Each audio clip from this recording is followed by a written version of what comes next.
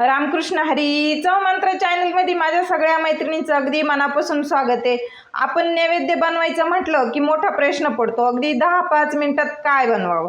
तर बघा, एक संत आणि अगदी अशी ड्रायफ्रूटनी भरलेली तांदळाची खीर बनवतोय। त्याच्यासाठी लागणारं साहित्य बघू। साखर आहे 1 वाटी, इंद्रायणीचं तांदूळ, किसलेलं ओलं खोबरं आहे, काजू बदाम, तूप आहे, सुंठ, वेलची, जायफळ आणि हे चारोळे। आता आपण गॅसवरती कुकर ठेवून घेऊ। कुकर ठेवला गॅसवर। आता आपण हे तूप घालून घेऊ। तूप तापलं की छान आपले हे जे इंद्रायणीचे तांदूळ आहेत हे आपण स्वच्छ धुवून आणि थोड्या वेळ सुकवले होते, ते डायरेक्ट तसे नाही घ्यायचे। आता हे तांदूळ आपण यात घालून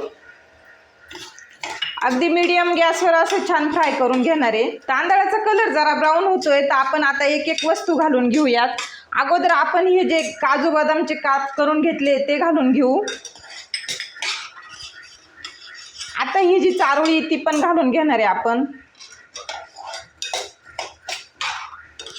आणि सुंठ वेलची जी तुम्हाला दाखवली होती तिची पावडर बनवली ती नंतर घालणार आहे। आता हे जे आपलं ओलं खोबऱ्याचे काप किसून घेतलं होतं ते पण घालून घेऊ आणि 2 मिनिटासाठी असं छान मीडियम गॅसवर फ्राय होऊ देऊ।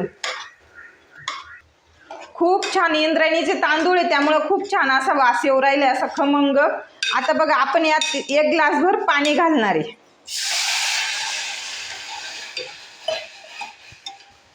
पाणी घातलं, आता चिमूटभर मीठ घालून घेऊ आणि कुकरचं झाकण लावून 2 ते 3 शिट्ट्या मस्त काढून घेऊ।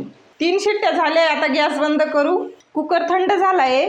आता आपण झाकण काढून बघा, छान झालं आहे ते। आपण आता चमच्याने असं एकदम एकसारखं असं घसटून घेऊ। पूर्ण असं एकजीव करून झालं बघा आपलं, आता छान मॅश करून झालं आहे। आता आपल्याला दूध पाहिजे तर दूध, पाणी पाहिजे तर पाणी, पण शक्यतो आपण दूधच वापरायचं। बघा, पाहिजे तसं दूध घालून घेऊ।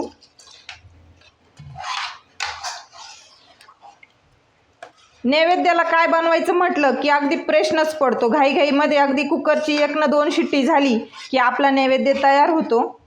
आता आपण ही साखर घालून घेऊ। 1 वाटी पूर्ण साखर घातली। सुंठ, वेलची, जायफळ ते बारीक करून घेतलं होतं आपण, ते घालून घेऊ आणि गॅसवर एक मोठी उकळ काढून घेऊ। आता आपण याला बघा आपली खीर तयार आहे। अगदी एक संत अशी आपली ही खीर तयार झाली।